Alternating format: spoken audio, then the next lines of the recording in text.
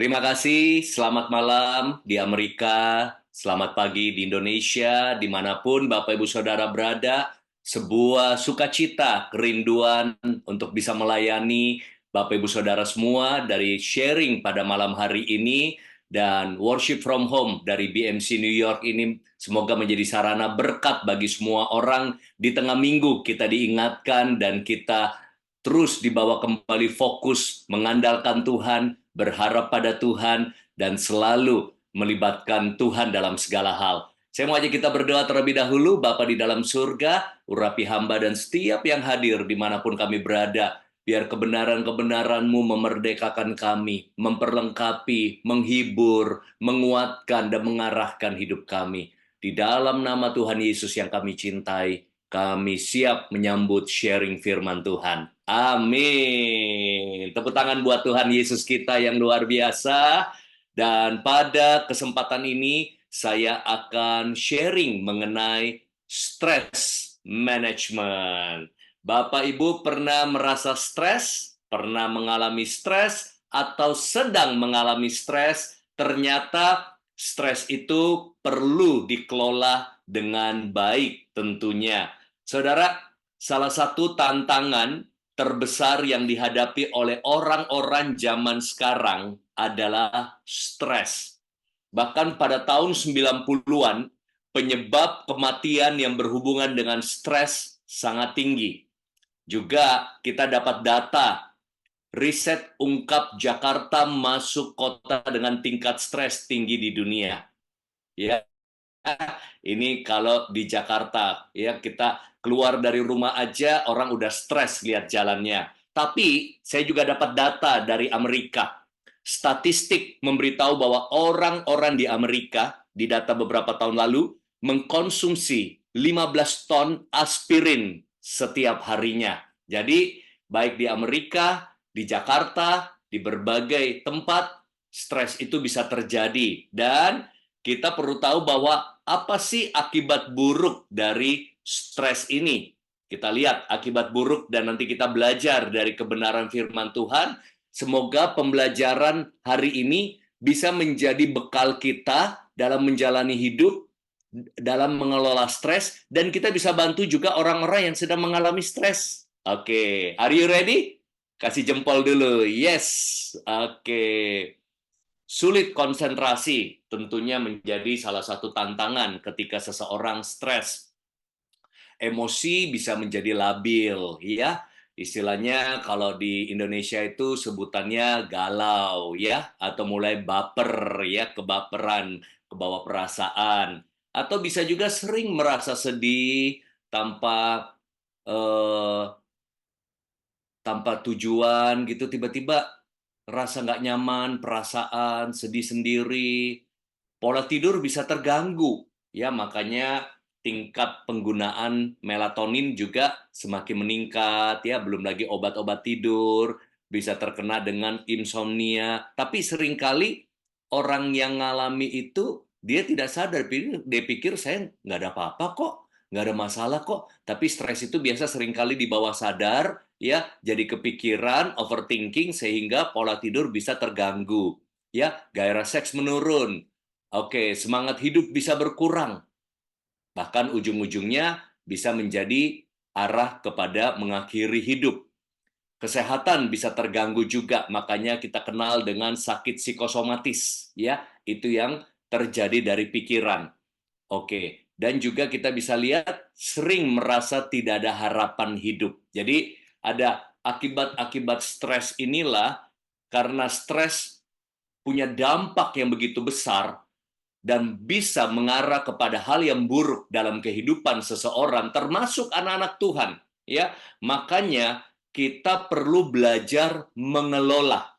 Makanya hari ini saya akan bagikan dengan waktu yang singkat adalah ilmu stress management dan juga kebenaran-kebenaran firman Tuhan untuk menjadi bekal kita.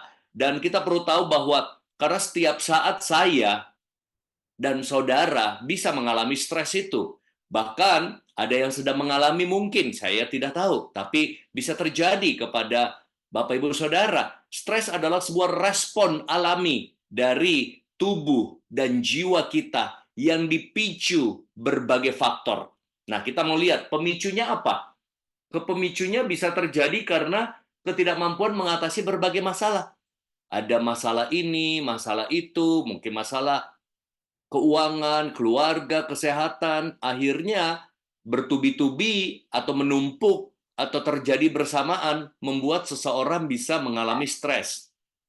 Kita lihat juga kecemasan yang berlebihan, ya, anxiety. Bahkan sekarang ada yang namanya kesehatan mental, mental health terganggu. Ada beberapa teman-teman kami, anak Tuhan, terkena namanya panic attack atau panic syndrome.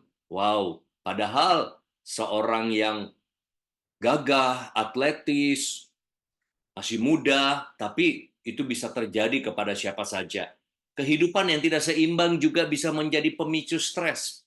Inilah yang mendorong saya untuk selalu menjaga keseimbangan hidup.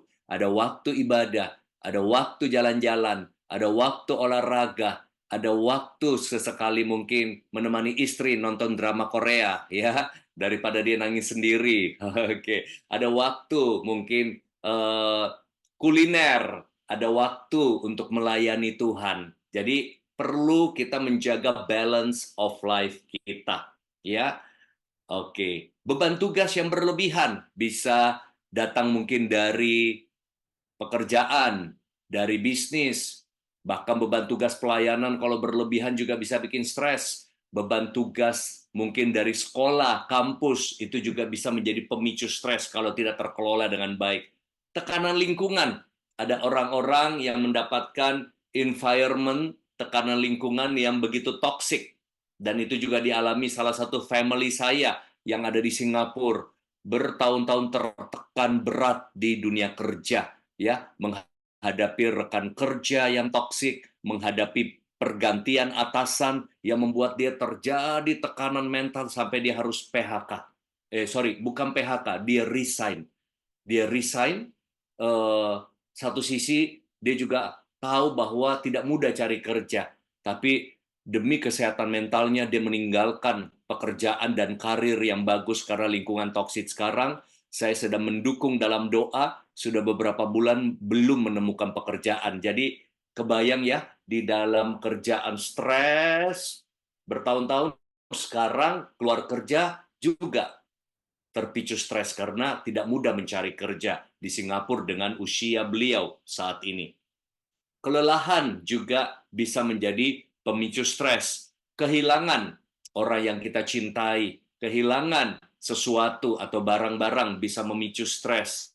Jadi, kenapa perlu saya sampaikan ini kepada Bapak Ibu Saudara? Supaya ketika ada stres dalam hidup, kita tahu pemicunya, triggernya ini, atau akar masalahnya itu apa.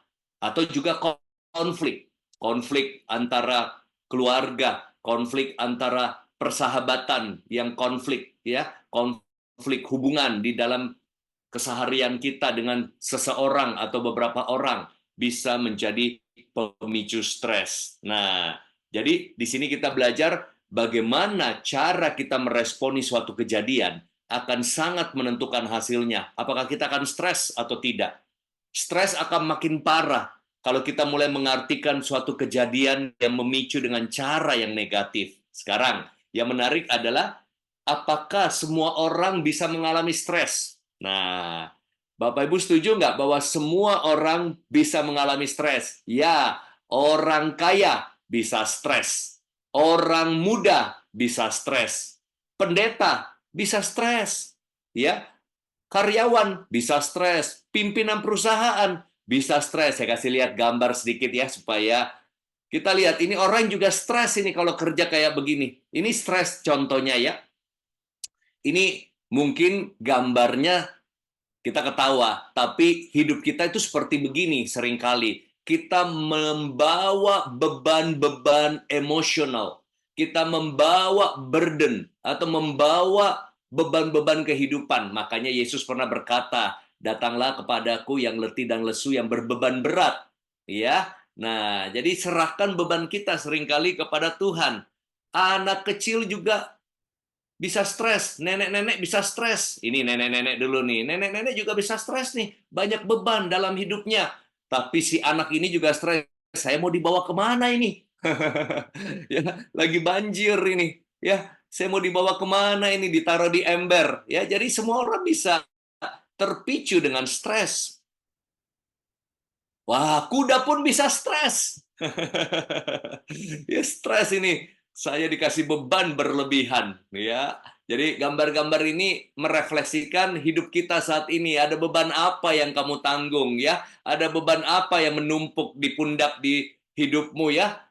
Oke, kita lihat pendeta bisa stres, ya.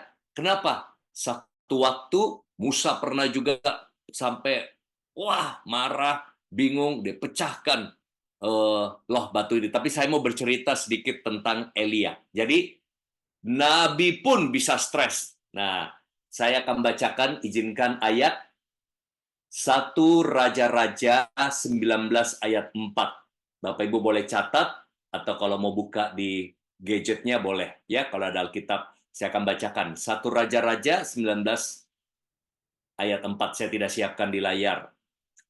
Bapak Ibu bisa dengarkan. 1 Raja-Raja 19 ayat yang keempat. Ya, saya tunggu kalau ada yang mau buka Alkitab. Kalau belum ready, saya akan baca juga kan buat saudara. 1 Raja-Raja 19 ayat 4. Ini tentang Nabi Elia. Tetapi ia sendiri masuk ke padang gurun sehari perjalanan jauhnya. Jadi ini kisahnya ini setelah dia melawan nabi-nabi Baal. Ya, bayangin, habis ada kemenangan besar, ada mujizat hebat melawan nabi Baal. Tapi ketika menghadapi Isabel, ya, Isabel itu udah mulai stres dia. Dia masuk ke padang gurun karena diancam kan, diancam sama Isabel, ya, untuk bahwa dia akan dibunuh juga. Nah, ada ancaman. Lalu duduk di bawah sebuah pohon arar, kemudian dia berkata begini, kemudian ia ingin mati, katanya, cukuplah itu, sekarang ya Tuhan, ambillah nyawaku, sebab aku ini tidak lebih baik daripada nenek moyangku.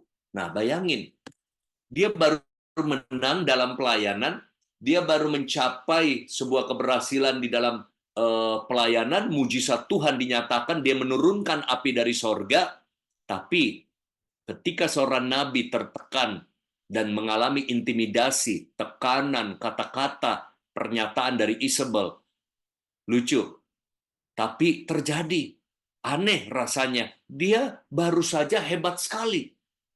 Tapi ketika ada tekanan di dalam pelayanannya, dia lari masuk ke dalam padang gurun, dia menjauh, dia menyendiri, dan kalimatnya itu kita bisa tahu bahwa ada sebuah tekanan. Dia bilang, cukuplah itu sekarang ya Tuhan, ambil nyawaku. Sebab aku ini tidak lebih baik daripada nenek moyangku. Jadi ada rasa pengen mati. Nah, di sini kita melihat ya, bahwa stres bisa datang pada siapa aja terjadi. Pendeta, nabi, pengusaha, orang kaya, orang miskin, pria, wanita, anak kecil, orang tua, binatang pun bisa stres. Nah, disinilah kita perlu belajar mengelolanya. Namun, saya mau kasih tambahan dulu buat Bapak Ibu Saudara. Tapi, coba dijawab di dalam hati ya. Oke, atau mau dijawab di chatting juga boleh kalau sempat. Menurut Bapak Ibu Saudara, lebih mudah stres pria atau wanita? Ayo pikir, diskusi kalau ada istri. Menurut kamu lebih gampang stres pria atau wanita? Ya, boleh di chatting, boleh dijawab sendiri tanpa bersuara pun nggak apa-apa, jawab di dalam hati ya. Lebih mudah mana, pria atau wanita stres? Wah, ada yang bilang pria, ada yang bilang wanita. Oke, kalau pakai data dan beberapa fakta. Jadi, walaupun ini bukan mewakili tentunya setiap orang, tapi ada data-data yang saya punya. Perhatikan, wanita kalau suaminya meninggal, biasanya masih bisa hidup bertahan 20 tahun lagi. Nah, sedangkan pria saat istrinya meninggal, biasanya tidak lama ikut meninggal kalau tidak kawin lagi. Habis ini jangan jadi perdebatan ya. Nah, saat pria di PHK yang biasa kuat berjuang mendampinginya, ya, cari nafkah tambahan wanita. Dan beberapa fakta saat perceraian terjadi, biasanya anak ikut ibunya. Tapi ini kita nggak boleh jadi generalisasi ya. Biasanya anak ikut ibunya. Tapi ada beberapa fakta dari pengalaman saya juga besar ikut ibu waktu ayah saya pisah dengan ibu dari saya kecil ya. Dan ayah saya kalau stres itu udah tinggal merokok, udah nggak mau tahu mau ngapain gitu ya, bingung. Ibu saya yang berjuang, ya pernah kerja jadi buruh pabrik ke Australia, ya berjuang besarin kami. Wah, walaupun juga tingkat stresnya tinggi. Saya lihat teman-teman saya pisah karena broken home, kebanyakan ikut ibu, tapi tidak selalu demikian. Ini cuma beberapa data-data yang saya pakai. Jadi kesimpulannya, sebenarnya jangan anggap enteng wanita. Wanita itu makhluk halus yang bukan setan, ya. Halus pembawaannya, strong seringkali mentalnya, ya. Nah, jadi wanita itu kelihatannya lembut, wanita lemah, tapi ketika hadapi tekanan, dia seringkali dia punya sebuah kekuatan yang pria tidak miliki, ya. Nah, tapi bukan berarti semua demikian ya. Jadi makanya hebat wanita memang, makanya Alkitab katakan wanita itu jadi penolong, ya, penolong, karena orang yang bisa menolong harus orang yang kuat juga, ya, menolong suaminya. Makanya kita perlu apresiasi pada wanita. Tepuk tangan dulu buat ibu-ibu para wanita ya. Kalau di Jakarta, di Indonesia itu ada sebutannya the power of emak-emak. Hati-hati ya. Emak-emak jangan coba-coba di jalanan ya. Kalau dia sudah ngamuk di jalanan, mau lalu lintas, polisi juga semua takut kalau emak-emak. Preman pun ada cerita, ada video, preman lagi ngumpul, lagi apa, semua emak-emak datang bawa sapu, bubar semua itu preman. Ya, ada emak-emak, ibu-ibu semua, wah itu luar biasa ya.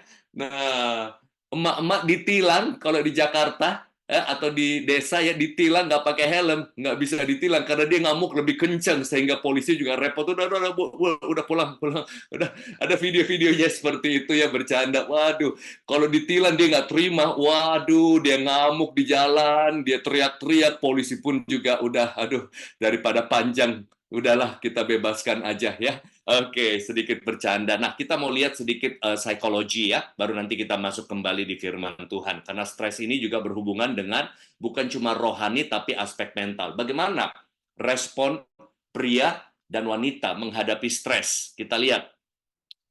Pria dan wanita, sekali lagi, ini adalah fakta dan tidak bisa menjadi sebuah generalisasi.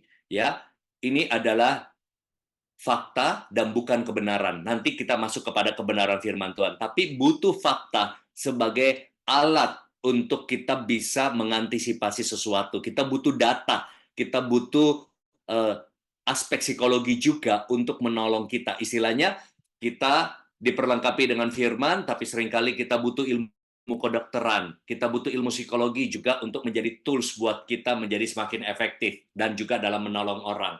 Pria kecenderungannya ketika ada masalah, dia semakin fokus dan bisa jadi temperamental. Ya, wanita kalau ada masalah semakin tidak fokus dan emosi tidak stabil. Sekali lagi, ini tidak menjadi mewakili semuanya, ya. Tentu ada yang berkata, oh saya nggak seperti ini, bisa saja. Tapi ini kecenderungan dari fakta-fakta dan data yang didapatkan dan bukan generalisasi. Saya disclaimer dulu, ya. Nah, beda. Kalau kebenaran sudah tidak boleh diganggu-gugat. Kalau ini relatif. Oke. Pria makin banyak masalah, makin diam dan cenderung ingin menyendiri. Dan saya cek benar, itu saya. Saya kalau ada masalah, saya makin menarik diri, saya makin mikir dan pengen cari solusi. Wanita makin banyak masalah, makin banyak bicara dan cenderung cari teman. Disitulah dia rilis stresnya. Ya, dia senang cerita, dia ungkapin ya, walaupun ada juga wanita yang senang menyendiri tentunya. Oke, pria baru rasa nyaman setelah bisa selesaikan problemnya. Sekali lagi, saya waktu mendapatkan data ini, itu saya. Jadi gini ya, saya kalau diajak pergi jalan-jalan, sementara ada masalah, saya rasa nggak nyaman. Saya rasa nggak nyaman karena mau kemanapun, mau ke luar negeri, mau wisata ke pantai, mau ke rekreasi, itu beban itu masih ada. Jadi rasanya nggak bisa enjoy. Sedangkan kalau wanita, dan saya cek istri saya juga, wanita baru nyaman kalau sudah cerita problemnya, bahkan kalau dia jalan-jalan sudah bisa lega. Ya, teman istri saya juga begitu wanita, cuma dibawa ke mall aja bisa sembuh dikit sementara itunya stresnya. Ya, ayo ayo ke mall dulu deh, lagi stres. Saya malah kalau lagi stres mau kemana, mau ke mall, makan pun juga nggak enak rasanya karena bebannya belum selesai. Nah, jadi setiap orang ternyata punya respon yang berbeda-beda. Pria ketika stres dia fokus pada masalah sampai lupa istirahat seringkali. Nah, wanita ketika dia marah, dia bisa marah akan segala hal, ya, karena stres. Big and small things, past, present, future, semua sudah terungkit-ungkit semuanya secara tidak beraturan. Dengan demikian, sedikit kalau kita sudah tahu, contoh, kadang-kadang kalau kebetulan suamimu atau pacarmu tipe seperti pria ini, kadang-kadang wanita tidak paham pria sedang mencoba menenangkan diri, menyendiri, makin direcokin. Kenapa kamu nggak cerita? Kenapa kamu diam-diam? Ayo dong, kamu jangan begitu. Pria makin digituin, makin susah. Karena kalau dia lagi ada masalah, karena nggak mau ngomong dulu. Ya, dia sedang figure out, apa ya, try to figure out, gitu. Nah, jadi makin direcokin, makin triggernya datang makin meledak. Saya nggak tahu ada yang pernah ngalami gitu nggak? Kita lagi pengen tenang, mikir, wah ditanya-tanyain terus. Nah, sebalikannya, wanita lagi stres, wah ngomong sana, ngomong sini. Wah, pria tidak jadi pendengar yang baik. Pria nambahin lagi nasihat, nasihat, nasihat. Waduh, makin ribut ya. Padahal kadang-kadang cuma butuh didengarkan. Nah, jadi kita perlu memahami supaya apa? Di dalam kita mengatasi stres itu bisa jauh lebih efektif. Ternyata juga ada namanya tipe personality. Kalau Bapak Ibu pernah belajar ya, saya nggak perlu bahas lebih detail. Ada, saya simpulkan aja dua tipe, ya, walaupun pada kenyataannya ada beberapa tipe. Memang ada orang-orang itu tipenya itu ceria. Ada orang-orang itu lebih tipenya peresah. Tipenya peresah. Nah, Anda yang mana ya? Kalau dia tipe ceria, memang dia itu lebih lebih tidak mudah terpicu stres. Ya, karena apa-apa tuh dia melihat segala sesuatu itu dengan udah enjoy aja, badai pasti berlalu, habis gelap terbit terang gitu ya. Apa tuh it shall to pass ya kalau nggak salah bahasa Inggrisnya itu ya. Itu semua filosofi-filosofi. Jadi dia easy going bawa, tapi ada orang itu tipenya peresah. Apa-apa dia pikirin, overthinking, semua harus diantisipasi, cenderung perfeksionis. Jadi saya itu kalau pergi retret, saya bisa tahu orang itu tipe peresah atau tipe ceria. Saya lihat saja barang bawaannya. Kita cuma retret satu malam di puncak misalnya ya, itu barang bawaannya beda. Tipe peresah udah bawa 2 tas. Apa isinya? Minyak kayu putih, ada pembalut cadangan, ada madu, ada essential oil, masker tambahan, wah, ada baju ganti, walaupun di hotel penginapan juga sedia handuk, dia bawa handuk sendiri ya, bahkan sebelum dia tidur ya dia semprot lagi, ada yang pakai senter, dia lihat lagi benar-benar sudah aman nggak ini penginapan, karena dia sering lihat YouTube kalau di hotel itu kadang-kadang nggak sepenuhnya bersih gitu ya. Tapi teman saya tipe ceria itu simpel banget, pergi retret cuma bawa diri aja, kalau perlu satu kantong kresek aja, tapi dia tahu semuanya akan tersedia. Sama tipe peresah, pinjem dong odolmu, pinjem dong celana dalammu, sama-sama pria gitu ya misalnya, atau pinjem dong ini gelmu. Wah, udah deh, udah tahu. Pokoknya bawa diri aja, easy going, semua udah disediakan. Ada tipe peresah yang serba lengkap barang-barang bawaannya. Ayo, pernah nggak kalau kita pergi ada teman yang simple, ada yang kalau pergi, wah, acara masih 2 bulan dia udah checklist semua apa aja yang dia mau bawa. Wah, masing-masing kan ada kelebihan dan kekurangannya. Tapi kesimpulannya orang-orang yang personality tipe peresah biasanya itu lebih mudah stres. Nah, Dalam hal ini apa? Kalau DISC itu berarti tipe melankolis, tipe cermat biasanya lebih mudah. Yang sulit stres itu tipe intim, ya. Lebih fun aja, asik aja semuanya, ya. Nah, oke. Sekarang kita akan belajar firman Tuhan. Saya akan bagikan 3 poin bagaimana kita mengelola stres dengan efektif. Nah, yang pertama, ketika saudara mengalami stres, dan tadi sudah belajar pemicunya dan akibat buruknya, kita perlu perkuat namanya kesadaran diri. Katakan sama-sama, self-awareness. Ya, kesadaran diri. Artinya apa? Saat kita mulai stres atau merasa tidak nyaman di perasaan kita, tingkatkan self-awareness. Bahwa sebenarnya apa yang terjadi pada diri saya. Jadi ini namanya apa? Menyadari dirinya. Orang yang sadar diri mudah melakukan perubahan diri, perbaikan diri, dan juga pengembangan diri. Sebaliknya, orang yang tidak sadar diri cenderung menjadi orang tidak tahu diri, apalagi lupa diri. Nah, jadi kita itu harus sadar diri artinya gini, kita bisa mengenali apa yang terjadi pada diri kita. Apa yang muncul di perasaan kita. Apa yang memicu pemikiran-pemikiran kita ini. Itu perlu memang latihan ya. Makanya kesadaran diri itu kayak apa ya? Kepekaan pada diri sendiri. Nah, kebanyakan orang bisa stres karena dia terlalu cepat mengartikan segala sesuatu stres. Saya kasih contoh begini. Ini, contoh, macet di jalan. Macet, traffic jam di jalan, apalagi di Jakarta, almost every day traffic jam. Ya, dari rumah saya ke gereja itu paling cuma 5 menit, tapi bisa sampai setengah jam.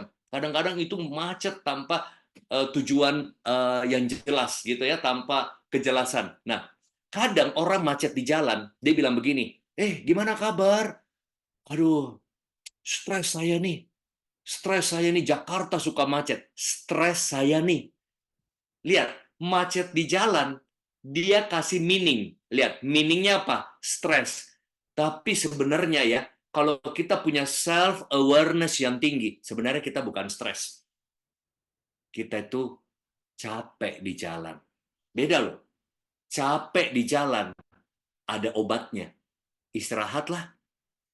Oke, ada lagi yang begini. Kena masalah ekonomi, kena masalah keuangan. Kamu kenapa? Aduh, stres saya nih. Aduh, stres hadapi ekonomi ini, stres keuangan ini. Oke, aktifkan self-awareness-mu. Waktu kita konseling seseorang, waktu saya bantu seseorang, atau kita membantu diri kita sendiri, makanya apa yang saya bagikan hari ini buat dirimu, buat diriku, dan bisa bantu orang. Waktu kita konseling, ternyata masalah keuangannya belum sampai di tahap stres.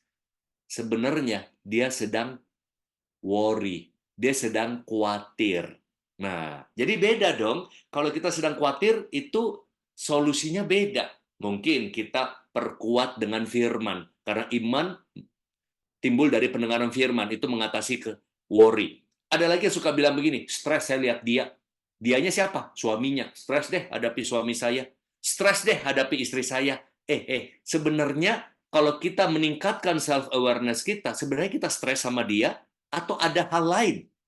Oh, ternyata bukan stres sama suami. Bukan stres sama istri. Jengkel, dongkol sama dia. Oh, mungkin obatnya apa? Kita mengerti dia, mengampuni dia, bisa menjadi obat. Nah, maksudnya apa? Kadang-kadang orang-orang ini suka apa-apa semua diartikan jadi stres. Dan ini juga saya ingatkan kepada ibu saya saat ini yang sedang ada di daerah ya. Dikit-dikit mami stres, mami stres.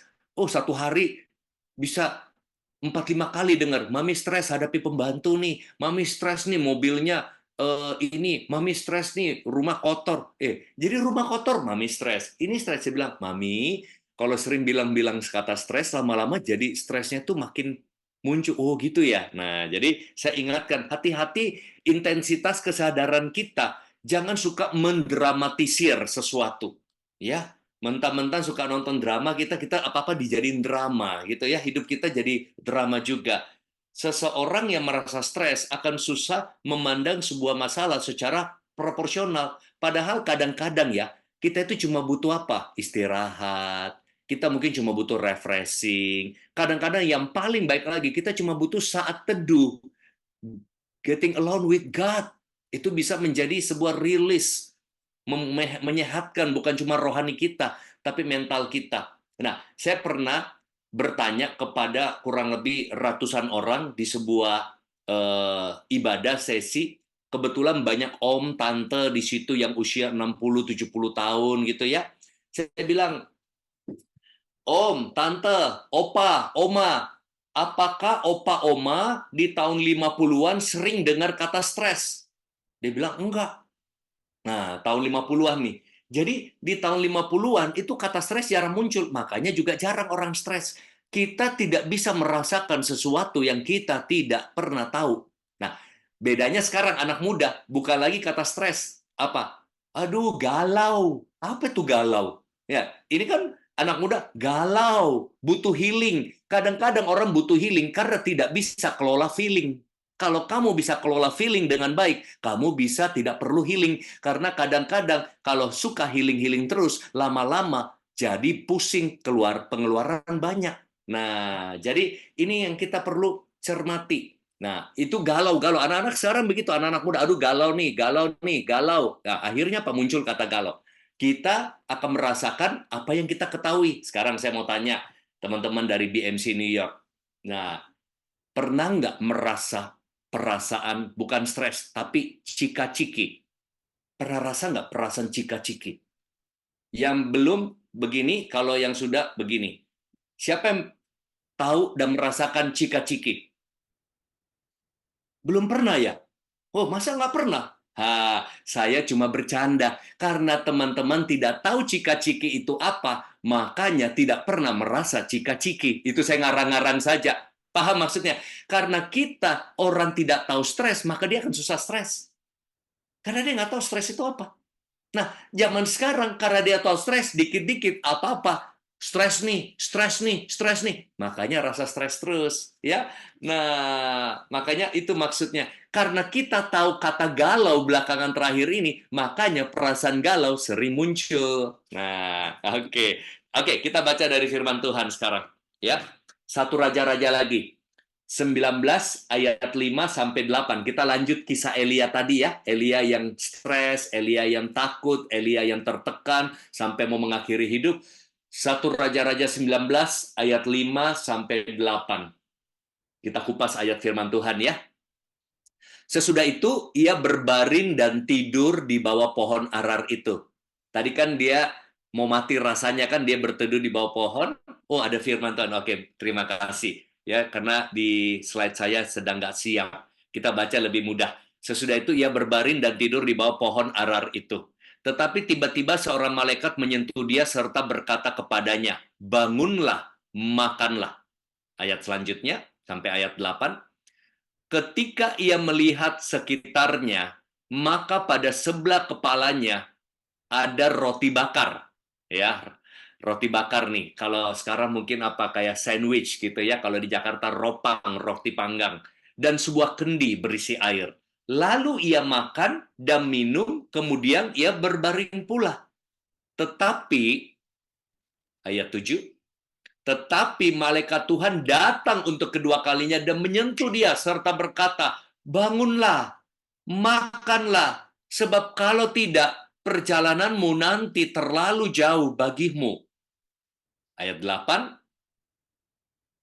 maka bangunlah ia, lalu makan dan minum, dan oleh kekuatan, baca baik-baik ya, oleh kekuatan doa itu, oleh kekuatan praise and worship itu, oleh kekuatan puasa itu, nah lihat ya firman Tuhan nih, oleh kekuatan makanan itu, ia berjalan 40 hari 40 malam lamanya sampai ke gunung Allah, yakni Gunung Horeb. Nanti kita akan baca siap-siap ayat 11-nya ya. Nah, saya mau kupas ini dulu. Lihat, waktu Elia stres, Waktu Elia takut, dia tertekan, dia menyendiri. Ini banyak terjadi. Saya pernah dengar cerita hamba-hamba Tuhan yang juga sempat ketakutan, depresi ya. Kalau saya sebut namanya, waktu itu juga Pak Sukirno pernah cerita. Kalau tahu Pak Sukirno Tarjadi ya, itu beliau juga jago di dalam ilmu konseling, tapi dia bilang saya pernah, aduh depresi. Bayangin,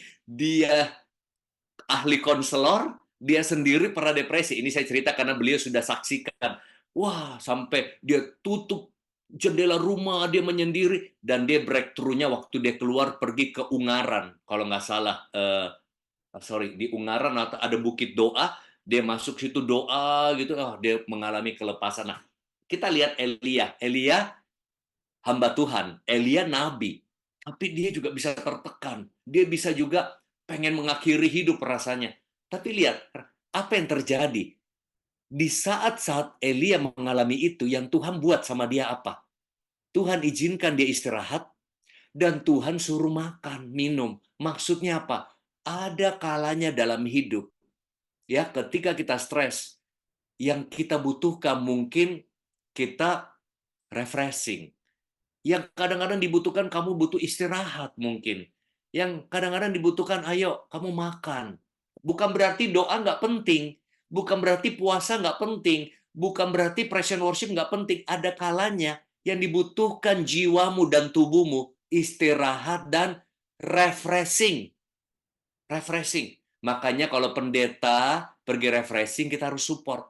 Ya, kita selalu kalau bisa 1 tahun sekali, 2 kali refreshing. Karena itu banyak beban-beban pelayanan, jiwa-jiwa, belum lagi dengar masalah ya. Kadang-kadang pendeta dengar konseling, atau kita hamba-hamba Tuhan, atau kita pelayan Tuhan, kita dengar konseling, orang kelepasan, kita yang bisa kerasukan. Maksudnya kita yang kemasukan ceritanya dia. Ya, dia kelepasan, dia cerita kan nangis-nangis, habis itu dia lega, kita pulang, kita yang kemasukan, nggak bisa tidur. Saya berapa kali begitu. Ya, jadi dia cerita istrinya, wah dia cerita anaknya, waduh, dia cerita bagaimana anaknya bunuh diri dan lain sebagainya. Saya pulang, saya nggak bisa tidur loh. Aduh, kasihan ya. Aduh, kalau kami ngalami gini gimana? Waduh, dia udah lega cerita berjam-jam. Kitanya yang suami istri kemasukan rasanya prihatin gitu ya. Nah, ikut-ikutan juga jadi sedih. Oke, kita lanjut di ayat 11. Lompat ya. Ketika dia datang mencari Tuhan, lalu firman-Nya, kita lihat ayatnya di Raja-Raja ya, saya bacakan satu Raja-Raja yang tadi 19. Nah, sekarang ayat 11. Lalu firman-Nya, keluarlah dan berdiri di atas gunung itu di hadapan Tuhan. Maka Tuhan lalu, angin besar dan kuat yang membelah gunung-gunung dan memecahkan bukit-bukit batu mendahului Tuhan. Tetapi tidak ada Tuhan dalam angin itu. Nah, perhatikan ya, dalam angin itu tidak ada Tuhan, dan sesudah angin itu datanglah gempa, tapi tidak ada Tuhan dalam gempa itu. Ini menggambarkan seorang Elia yang sedang menantikan dan mencari Tuhan. Ayat 12. Dan sesudah gempa itu datanglah api, tetapi tidak ada Tuhan dalam api itu. Dan sesudah api itu datanglah bunyi angin sepoi-sepoi basah. Segera sesudah Elia mendengarnya, ia menyelubungi mukanya dengan jubahnya, lalu pergi keluar dan berdiri di pintu goa itu. Maka datanglah suara kepadanya, apa yang kepadanya berbunyi, apakah kerjamu di sini, hai Elia? Dia bilang gini, aku bekerja segiat-giatnya bagi Tuhan. Dia curhat nih, dia curhat sama Tuhan ya. Aku bekerja segiat-giatnya bagi Tuhan Allah semesta alam karena orang Israel meninggalkan perjanjianmu, meruntuhkan mesbah-mesbahmu dan membunuh nabi-nabimu dengan pedang. Hanya aku seorang dirilah yang masih hidup dan mereka ingin mencabut nyawaku. Saudara, apa makna daripada cerita ini dari firman Tuhan? Kita lihat ketika Elia mengalami stres, apa yang terjadi?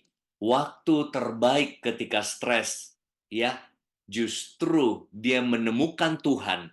Dia menemukan Tuhan bukan dalam hal yang spektakuler, ya, bukan hal yang heboh, angin, gempa, api, tapi di dalam angin sepoi-sepoi. Bahasa bicara apa? Dia menemukan Tuhan di dalam keteduhan. Keteduhan, ya, saudara, ketika engkau stres, saya stres, hal yang terbaik kita cari Tuhan di dalam keteduhan, saat teduh, ya, berdua dengan Tuhan, curhatlah, curhat. Tuhan, aku benci, Tuhan, aku marah, Tuhan, aku kesel ini sama suamiku, Tuhan, aku cemburu, Tuhan, aku tertekan jiwaku, aku ini diperlakukan nggak adil ini di kantorku, Tuhan, aku ini khawatir masalah keuanganku. Curhat, curhat, curhat dalam keteduhanmu dengan Tuhan. Ya, itulah juga yang Daud buat. Ya, satu waktu di Mazmur dia berkata, air mataku menjadi makananku. Ya, orang berkata, di manakah Allahmu? Jiwaku gundah gulana, kata Daud loh. Jiwaku gundah gulana. Ah, itu istilah stres zaman nabi-nabi. Gundah gulana tidak ada di Alkitab tulis.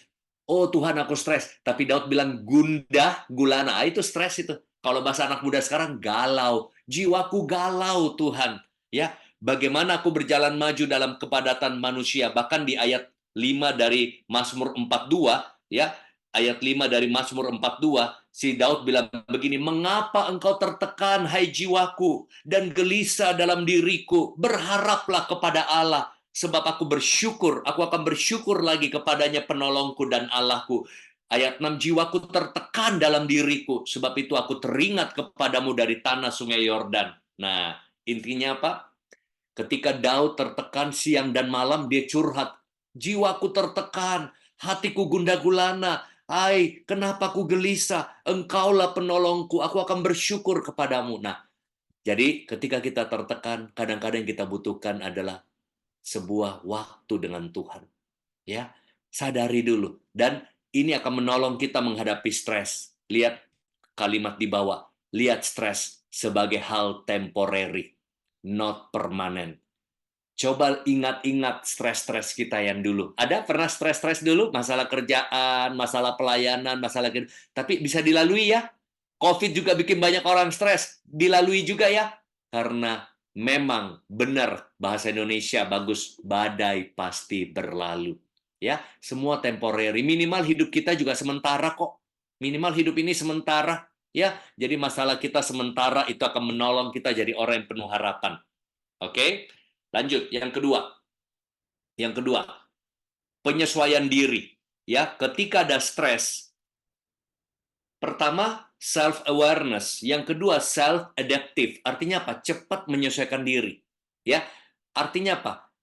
Saat stres datang kita harus fleksibel, ya, menyesuaikan diri sehingga tidak tenggelam dalam stres. Ini ilustrasinya kayak orang main surfing. Pernah lihat main surfing ya? Ombak datang malah dia berseluncur di atas surfing itu. Nah, Yusuf harusnya punya banyak alasan untuk stres kalau kita lihat kisah hidup dari Yusuf. Tapi dia itu fleksibel.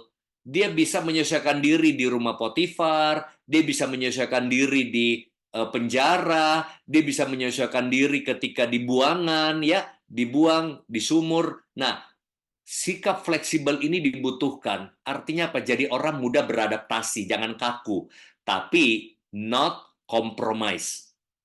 Yusuf fleksibel. Dia bisa beradaptasi dengan segala keadaan, tapi urusan kompromi tidak. Nah, kadang-kadang ada banyak hal terjadi dalam hidup ini tidak sesuai dengan kita harapkan. Saya boleh jujur sama teman-teman, Bapak Ibu Saudara ya, saya itu orang yang gampang stres dulu. Dulu sebelum memahami banyak hal dan mengenal Tuhan lebih lagi. Kenapa? Saya orang yang tingkat perfeksionisnya tinggi sekali.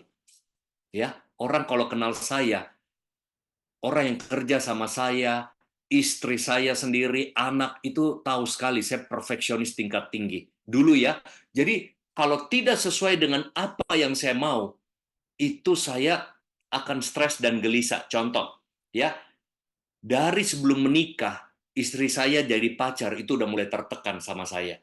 Saya jemput dia dating, dia naik mobil saya lihat dia dari atas sampai bawah, saya cuma diam, mata saya bisa bikin dia nangis. Bukan karena urapan, mata saya mata nggak puas, saya tahu blush on-nya tidak rata. Ya, nah, kurang rata. Saya tahu bulu matanya ini tadi kurang rapi, misalnya dia pasangnya. Jadi saya cuma lihat aja, oh oke ya. Nah, terus begitu menikah dengan saya, itu rumah harus bersih. Ya, kalau ada debu, pulang sudah bersih, saya senter lagi cari-cari debunya. Aduh, stres kan pasti ada kan? Keset kalau geser, saya kurang suka. Orang kalau naik mobil saya, dia geser-geser kursinya. Ya, saya nggak mungkin marah. Kalau Pak Yongki naik, saya akan diam-diam saja. Tapi begitu turun, saya akan rapikan lagi geseran mobilnya supaya se apa ini nih setara gitu.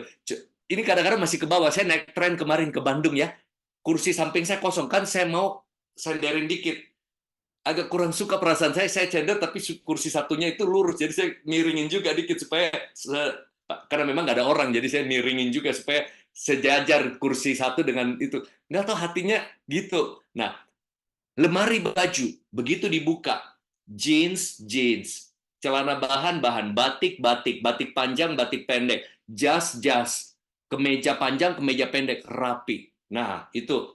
Kalau pakai baju juga kadang suka begitu. Kalau baju nuansa coklat, ganti jam tangan coklat, kaos kaki coklat, sepatu coklat, ikat pinggang coklat, ya. Itu semua file data-data saya rapi sekali, ya. Data-data saya rapi sekali. Saya itu semua ini mungkin ini saya keingat, boleh masih ada waktu ya, saya share sedikit. Jadi Anda lihat saya itu semua khotbah saya dari mungkin hampir 20 tahun lalu itu saya catat. Tadi saya sambil satu sisi saya doa Tuhan mau sampaikan apa, satu sisi saya cek jangan sampai khotbah yang sama BMC New York misalnya. Ini saya kasih lihat ya. Saya kasih lihat. Ini contoh, saya orangnya rapi sekali. Nah, kelihatan nggak? Kelihatan nggak? Semua rapi, semua rapi. Nah, ini khotbah saya nih. Ini baru khotbah loh, belum semua seminar saya itu. Jadi saya tadi cek begini nih, saya cek BMC. Nah, saya cek ya. Oh, sudah tentang keuangan. Ini pertama kali perjumpaan saya. Nah, online ini. Nah, saya rapi sekali. Semua. Nah, terus semua seminar saya puluhan tahun, semua database daripada peserta seminar rapi semuanya. Nah, belum lagi cara saya mengelompokkan ini WA, klien, pester. Jadi gampang carinya begitu. Pester semua, PDT, pendeta, klien, customer, follow up semua. Belum lagi ada sistem labeling ya, ini klien, ini gereja. Belum lagi bikin penanggalan ya, label, warna apa, jadwal apa, rapi semua. Nah, jadi ketika saya semakin memahami, saya belajar hari ini untuk bertobat. Jangan terlalu perfeksionis, tapi rapi masih, planning masih, apalagi scheduling masih. Tapi saya pakai prinsip orang Chinese, cincailah. Ya, udah cincai. Kalau tidak sesuai harapan sudah, ya. Udah, kalau enggak dulu istri saya stres beli piring warna-warni, saya tegur, kenapa piring warna-warni? Itu harusnya 2 set, itu satu lusin sama semua warna. Dia bilang lucu-lucu, murah. Jadi prinsip istri saya ya ini lucu beli, ini lucu. Jadinya warna-warni. Saya nggak suka, maunya satu style semuanya. Waduh, pusing hadapi Haryanto Kandani, ya. Nah, jadi mobil harus bersih semua gitu ya. Jadi sekarang saya udah fleksibel. Ini maksudnya apa? Sekarang kalau cuma urusan piring, urusan keset, urusan debu, udah cincai lah. Tapi kalau prinsip firman, janji on time harus. Ya, harus. Oh, BMC New York jam 7. Wah, saya udah harus siap-siap dari tadi malam persiapan. Ya, saya kalau schedule itu paling jarang miss. Karena sampai tahun depan saya udah schedulein. Kecuali miss itu kalau karena pernah satu kali terjadi pelayanan karena ganti handphone tidak ke backup, itunya hilang jadwalnya. Tapi kalau nggak, nah artinya apa? Kalau kita orang perfeksionis, kadang mudah stres karena semua harus sesuai harapan.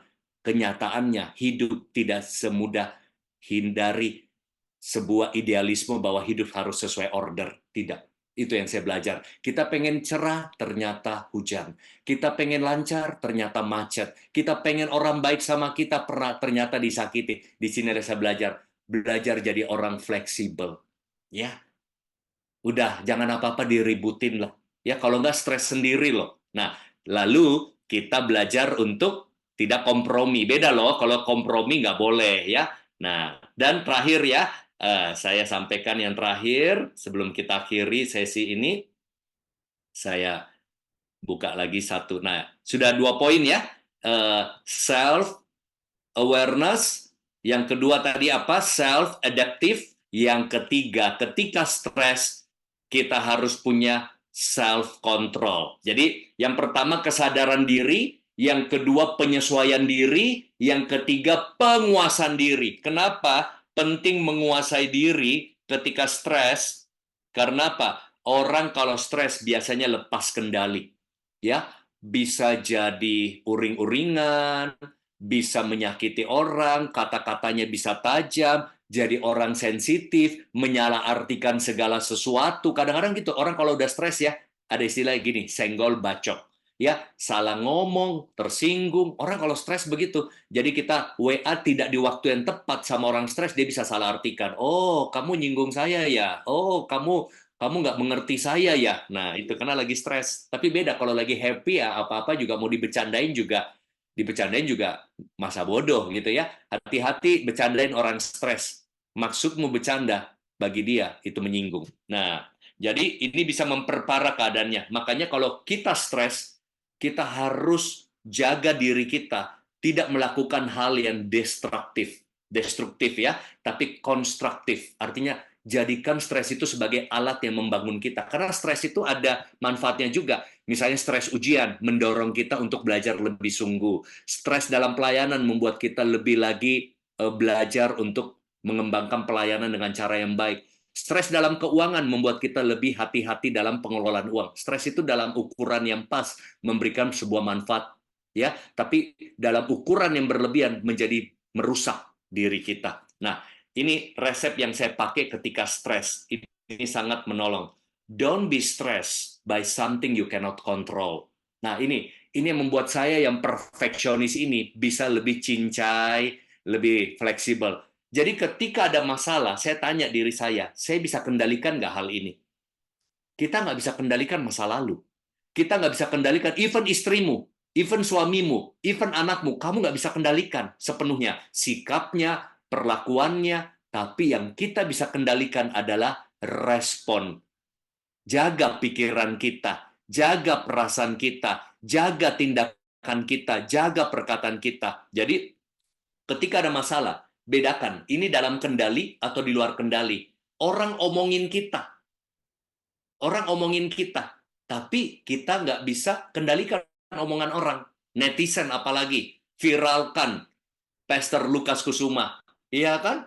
Padahal kita nggak bisa kendalikan. Padahal itu dilakukan saat pandemi. Kemarin saya WA-an ya, kemarin beliau posting itu di WA grup kami, saya bilang luar biasa, pelayanan di saat pandemi. Tapi banyak orang kita nggak bisa kendalikan, menghakimi, mengejek, padahal dia nggak tahu bahwa latar belakangnya cara baptisan itu karena sedang pandemi. Orang mudah sekali, jadi kita nggak pernah bisa kendalikan pikiran orang. Tapi yang kita bisa kendalikan pikiran kita. Mungkin kita bisa kasih informasi lebih, oh ini informasinya. Jadi ini kita belajar dalam hidup. Belajar jangan mudah menghakimi orang. Jangan mudah menertawakan orang. Jangan mudah tanpa kita tahu. Tapi kalau kita yang terjadi itu di luar kendali. Ya, di luar kendali. Nah, situasi yang terjadi, kejadian-kejadian, cuaca berubah, kita nggak bisa kendalikan. Yang kita bisa kendalikan bawa payung, forecast weather kita lihat. Kita nggak bisa kendalikan jalanan macet, tapi kita bisa kendalikan berangkat lebih awal, lihat Google Maps ya, prediksi traffic, itu yang kita bisa buat. Tapi kalaupun sudah prediksi tiba-tiba pesawat cancel, kesel ya, tapi yang kita bisa kendalikan, jaga perasaanmu, cari another flight, atau mungkin bagaimana jaga perasaan kita enjoy dalam situasi yang tidak pasti, unpredictable. Jadi ketika saya ngalami ini Bapak Ibu, mau pesawat ditunda, pesawat cancel, cuaca buruk, mau ada apapun, saya tahu saya nggak bisa kendalikan itu. Yang saya bisa kendalikan perasaan saya, attitude saya, komplain atau be grateful, ya, be thankful. Nah, itu yang menolong, ya. Jadi Ini yang menjadi sharing, dan Alkitab katakan di Filipi 4 ayat 4-9, bersukacitalah senantiasa dalam Tuhan. Bersukacitalah, jangan khawatir tentang apapun juga. Ya, nyatakan dalam segala hal keinginanmu dalam permohonan dan doa serta ucapan syukur. Damai sejahtera Allah akan memelihara hati dan pikiranmu. Itu dari kata Rasul Paulus pada surat Filipi. Dan karena waktu, Bapak Ibu boleh foto saja kalau mau. Ini kalau ada masalah self stress management, ini tambahan tapi saya nggak bahas. Kita bisa banyak reflection, kita belajar relief, kita belajar recovery diri kita, recharging, ya. Dan semoga Tuhan memberkati. Saya nggak bahas lagi karena waktu, ya, sudah lewat mungkin. Dan semoga Bapak Ibu diberkati dengan pelayanan yang ada. Kelola stres, bantu orang-orang yang mengalami stres, dan hadapi stres dengan cara 3 hal tadi. Self-awareness, self-adaptive, dan self-control. Kesadaran diri, penyesuaian diri, dan penguasaan diri ketika kita sedang stres. Tuhan Yesus memberkati. Oke, sebelum saya doakan, ada satu teknik simpel kalau kita stres. Tersenyum dengan iman. Coba tersenyum dulu. Nah, maksudnya apa tersenyum dengan iman? Masalah belum beres tapi tetap senyum saja, ya. Artinya tersenyum dengan iman, ya. Oke. Banyak hal sebenarnya yang bisa kita bahas tentang stres, tentang kesehatan mental. Itu bisa sesi yang panjang. Saya ambil poin singkat, ya. Dan semoga teman-teman diberkati. Bapa dalam surga, aku melepaskan berkat-Mu, sukacitamu, kekuatan, semangat baru bagi kami semua, bagi Bapak Ibu Saudara yang hadir di Worship from Home ini. Terlepas khususnya Tuhan, terkhusus buat yang sedang mengalami stres, mungkin di pekerjaan, mungkin di keluarga, dalam pergumulan hidup, di dalam keuangan, di dalam masalah-masalah pribadi, sakit penyakit. Kami bawa semua beban-beban kami, stres kami, kegelisahan, tekanan kami ke dalam tangan-Mu Tuhan. Kau gantikan dengan damai sejahtera-Mu, sukacita-Mu, kekuatan yang baru, harapan, semangat hidup, bahwa selalu badai pasti berlalu. Di dalam Tuhan ada jalan keluar, di dalam Tuhan ada kemenangan. Terima kasih Bapa, kami berdoa biar setiap yang hadir melalui firman-Mu memperoleh sukacita baru. Di dalam nama Yesus. Amin, amin, amin.